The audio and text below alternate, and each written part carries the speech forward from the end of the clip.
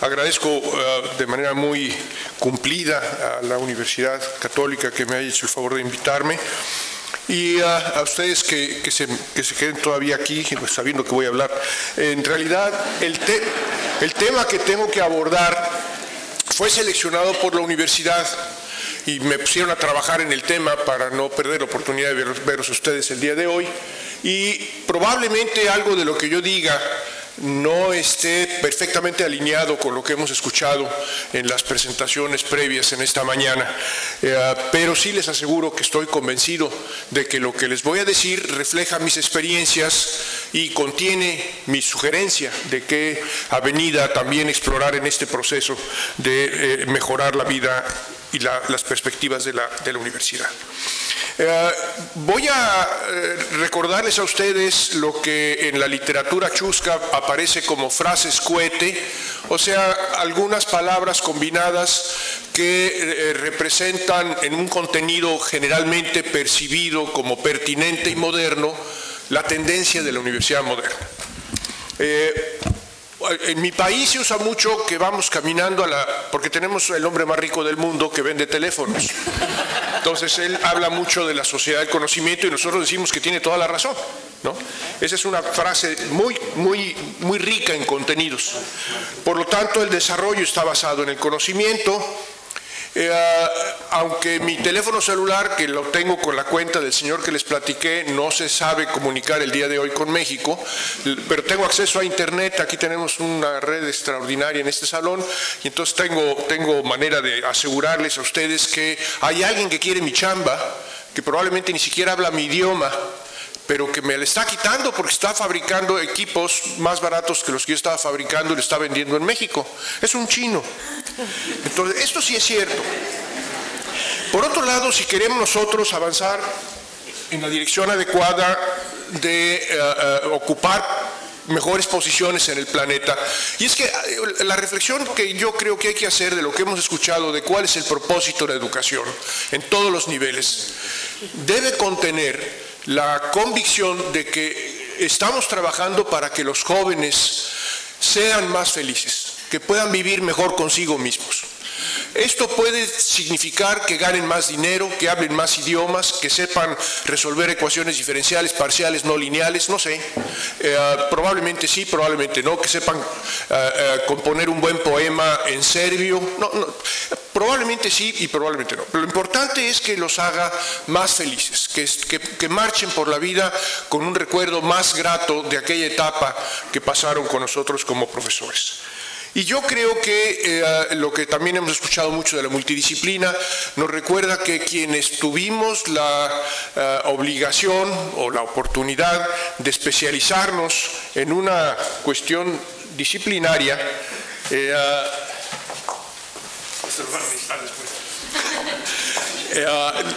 quienes tuvimos que disciplinarnos para poder transitar una parte de nuestra vida, nos encontramos con que perdimos muchísimas cosas en el camino por ser especialistas. Aprendimos a hacer muy bien algunas cosas, pero ignoramos otras. Yo me estoy encontrando ahora con cosas maravillosas de la historia, de la música, de las artes en general, de la antropología, que me fascina. Me da mucho gusto llegar a esta segunda parte de la juventud con mucho ánimo para poder aprender cosas bonitas, pero lamento que mi profesora de secundaria me quiso convencer de que el siglo XIX fue muy aburrido. ¡Qué barbaridad! Yo tengo que abordar este tema, si no, no me van a sacar las tarjetas, que tiene que ver con investigación y desarrollo e innovación. Y por razones un poquito de la arrogancia de los académicos, en México la I de innovación la ponemos con I minúscula. Pero probablemente sea muy importante porque el gobierno nos ha dicho que, aunque se está recortando el presupuesto en todo el país para todas las cosas, nos van a dar más dinero para la educación superior y para la investigación y para el posgrado, con tal de que sea trascendental en opinión de los electores. Y hablo de un país que tiene una enorme fracción de su población electora que es bastante ignorante. Entonces, esa cosa de la innovación tiene que ver con convencer a los votantes Esta es una vuelta francamente democrática, según creo.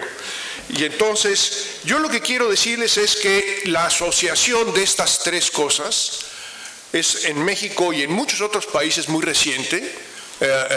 Me aventuro a decir que también aquí, o sea, la trascendencia del conocimiento en el bienestar de la población es una cosa relativamente nueva.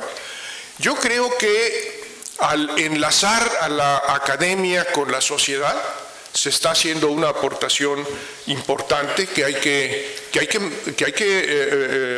analizar con cuidado y hay que ver las consecuencias de hacerlo mal. Pero lo que es una parte muy atractiva para nosotros es reflexionar en el hecho de que la parte de investigación y desarrollo, que es el crecimiento intelectual, es lo que normalmente en todas las disciplinas ha ocurrido en el mundo de la academia, no la innovación. Y a mí me parece que es muy peligroso hablar de que hagamos cosas útiles en el mundo académico solamente porque la utilidad, en el caso que me refiero, se orienta al muy corto plazo. Y nosotros sabemos, los que damos clases, que muy frecuentemente lo que estamos tratando de transmitir, como yo lo intento ahora, posiblemente tenga un efecto positivo, probablemente en el muy largo plazo. Entonces, esas son cosas en las que no estamos todos de acuerdo. Y finalmente, en esta lámina, yo quiero decirles que en mi presentación del día de hoy, innovación es algo que ocurre fuera del mundo académico. Innovación es algo que se expresa en la economía. Es algo que en el diccionario se revela como la creación de riqueza, no necesariamente económica, pero sí como la creación de riqueza, y que el día de hoy nos lleva a esta reflexión de que los mundos de la investigación y desarrollo están en un lado y se comparan y se miden y se acreditan y se valoran en los términos internacionales del primer mundo, que no tiene nada que ver con lo que pasa en las sociedades del mundo real, que están en mundos aparte. La innovación está en un mundo aparte. Y lo que tenemos que hacer, lo que estamos empezando a ver que pasa, fíjense en el gráfico, es esto. No desplacé la academia hacia el mundo real, sino la innovación hacia la academia. Y eso es algo que nos está empezando a sacudir, nos está empezando a transformar, nos preocupa mucho. Creo que tiene cosas muy buenas. Algunos países, particularmente Chile y Argentina, ya se dijo, van muy avanzados en esa dirección. Nosotros queremos tratar de, Brasil, no se diga, pero este es un cambio muy importante en un plazo muy corto para sociedades relativamente inmaduras en la parte intelectual. Déjenme hablar un poquito de la parte de investigación y desarrollo, la parte intelectual, que se maneja en los diccionarios, en los textos especializados, un poco en la economía, mucho en la ingeniería industrial, como un ciclo que se retroalimenta. Por eso ocurre en el mundo académico. Estas cosas que ustedes están viendo ahí, yo diseño algo, lo pruebo, lo construyo, lo modifico, lo mejoro, lo vuelvo a ver. Eso yo lo he visto, por ejemplo, como ingeniero, tengo un colega mayor que yo, que tiene un automóvil que él inventó, que tiene una rueda giratoria delantera, una sola, que es la que le da la dirección y le da la tracción, y inteligentemente fue bautizado como el Omniviramóvil, porque se mueve para todas partes. Ya va como en la versión 18, yo creo, 19, que le ha hecho mejoras a los frenos y todo eso. Y ha hecho uno en su vida, ¿no? Y eso es lo que llaman en mi institución investigar y desarrollar.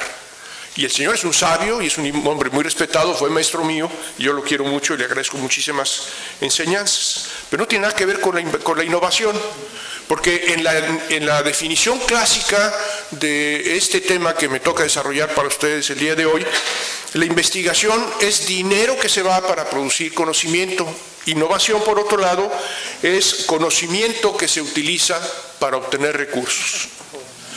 Esta es una forma en que se está viendo también en el Consejo Mundial de Ciencia y Tecnología. Es probablemente cínica, pero pues es interesante desde el punto de vista de la reflexión, donde la riqueza a la que nos referimos nosotros no es nada más la riqueza comercial, sino también la que tiene que ver con la riqueza social, la económica y la ecológica. No dejo de mostrar estas otras dos definiciones que también son interesantes. La palabra tecnología, que se usa mucho, hace todavía 10 años o 15, se refería a las máquinas. Y ahora solamente hay una máquina que tiene sentido, que es la que tiene los chips y que trabaja con microprocesador. Sea teléfono, sea computador, todas son iguales, ¿no? Ya estoy esperando ver mi próximo exprimidor de naranjas que pueda ser activado por la voz y todo ese tipo de cosas. Lo que más queremos cultivar en el ámbito universitario es el cariño por la verdad. Por eso, por lo menos en mi país decimos eso. Decimos que una buena universidad debe hacer investigación porque el investigador es el que busca la verdad y la búsqueda de la verdad es algo que produce una gran satisfacción, que se contagia. Entonces, el buen investigador puede contagiarle a los jóvenes el gusto por la verdad. En un país como el mío, con un problema de narcotráfico y corrupción bastante agudos, esa es una preocupación importante. ¿Qué es lo que pasa en la universidad? Bueno, ya se ha dicho, lo estoy poniendo de otra manera. Lo que nosotros hacemos es lo que viene en la lámina que ustedes están leyendo, porque leen mejor que yo, porque además yo tengo muy mala vista. Pero lo que destaco es que el ingreso a la sociedad de nuestra presencia, de nuestra potencia, tiene cada vez más que ver con la innovación y que esta innovación puede ser el motor que andamos buscando para mejorarlos. Lo que sí no debo omitir es que lo que ya cambió es el mercado de la universidad. La universidad del siglo XIX en 10 años brincó al 21 y la verdad pues esto es una barbaridad. Lo que nos piden ahora a nosotros los profesores universitarios son cosas que no nos pedían antes. Cuando yo estudié decían que con conseguir el título universitario uno garantizaba tener un buen empleo y sí fue cierto, pues aquí estoy. Yo resolví un problema económico con un papelito, lo metí en el banco y con eso tuve. Ahora ya no. Ahora los jóvenes deben percibir que están aprendiendo a construirse a sí mismos una vida más rica, más satisfactoria, yo decía más feliz, pero al mismo tiempo que les dé para tener sus familias. Y es una cosa que nos lo están pidiendo a nosotros. Y nos piden todo eso que viene por ahí. El motor fundamental, entonces, de los cambios universitarios, en mi opinión, es la absoluta convicción de que estemos preparando a los jóvenes en ese entorno global, con esas nuevas dimensiones y con esos nuevos retos, para ser felices. Y esto, sin duda, transformará y está transformando las universidades. A lo mejor no se ve mucho por aquí, tampoco en México. Sí se ve en algunos lados de mi país, que es muy grande, está muy mal comunicado. Se ve muy bien en la India, se ve mejor en China. Y lo que estamos nosotros produciendo es esto que ahora nosotros llamamos la universidad vinculada con el entorno. No me han traído la tarjeta, pero yo tengo que terminar. Esta es una universidad diferente en el sentido de que la vieja, la universidad antigua, era un templo donde algunos nos refugiábamos de la sociedad odiosa y transcurría nuestra vida sin necesidad de preocuparnos por lo que pasaba en el entorno. Nosotros no tendremos eso en el futuro, por lo menos en México, porque ya nos dijeron que o nos vinculamos o desaparecemos. Este era el mundo que yo conocí cuando era estudiante, donde por un lado teníamos las expresiones gubernamentales de los diferentes niveles, el gobierno federal, los gobiernos estatales, locales. Por el otro lado había quien decía que había otra cosa que era el mundo, ese entorno donde de repente había guerras, o de donde de repente uno importaba automóviles. Bueno, no tenía mucho que ver con nosotros. Las empresas, los colegios, y yo le doy un lugar muy importante, porque esa ha sido mi experiencia y tengo que hablar de ella, de lo que llamamos las organizaciones no gubernamentales. Las organizaciones que se pueden formar dentro de la universidad o entre miembros de la universidad y miembros de una iglesia o de un partido político o de un equipo de béisbol, donde se expresan las mismas personas de otra cosa con otros propósitos. Eso es muy importante, porque el gobierno y las sociedades organizadas en torno a los presupuestos no tienen influencia sobre esas organizaciones. Y lo que nos está pasando con la universidad, que era uno de los entes que estaba por ahí perdido, como lo pueden ver en mi lámina aquí a la derecha, de repente creció. Gracias. No sabía qué decir. De repente creció y la universidad le está pasando esto. Yo lo tengo un poquito más claro con algunos contactos que tengo en otras universidades en Europa, un poquito en Estados Unidos también, en Canadá. Es la universidad la que ha asumido la responsabilidad del cambio social. Es donde está la gente sabia, es donde está la gente que ha decidido pensar en el largo plazo, donde se compromete el individuo con las próximas generaciones. Es donde yo trabajo y me gusta mucho hablar así de la universidad. Y esa es la universidad que deberíamos construir, no pensando nada más en nuestra vida y en la parte académica, sino también en los futuros del resto de los pobladores, particularmente los que nos pagan nuestros subsidios y sueldos como el mío, que es extraordinariamente elevado, de la Universidad Nacional. ¿Cuáles son las estrategias que han seguido las universidades para poder hacer esto? Bueno, se están ensayando estos modelos, se los platico rápidamente.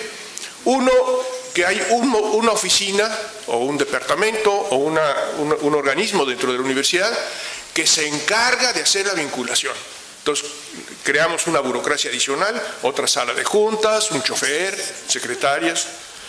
En el caso de la organización que a mí me paga, esta experiencia ha sido malísima, malísima, porque además han puesto ahí a alguien que va a recibir sueldo y, pues, para quitárselo de otra, ¿no? O la otra también que puede funcionar es cuando la universidad genera o fomenta despachos que promueven las aplicaciones de las cosas. En la UNAM, la Universidad Nacional Autónoma de México tiene 380,000 estudiantes inscritos, tenemos 25,000 docentes de tiempo completo y el curso que más impartimos es Word.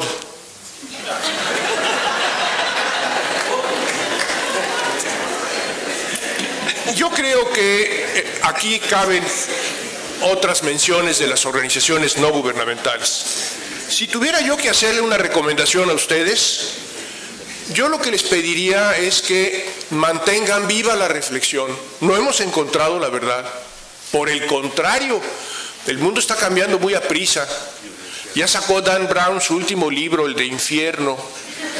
Nos recuerda que el planeta tiene capacidad como para 4,000 millones de gente si somos más de 7,000. Ahí vienen otras broncas. Yo creo que la universidad debe darle cabida al discurso, al mensaje, al diálogo con otros actores que no se han expresado. Esa es mi experiencia. Cuando hemos tenido conflictos sociales, resulta que surgen gentes que de repente se dan cuenta que pueden hablar.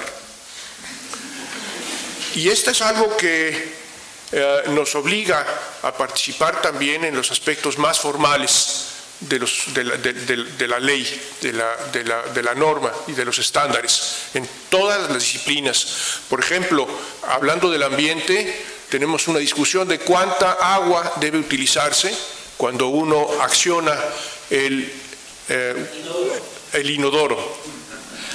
Esta es una discusión de nivel universitario, obviamente. Muchas gracias.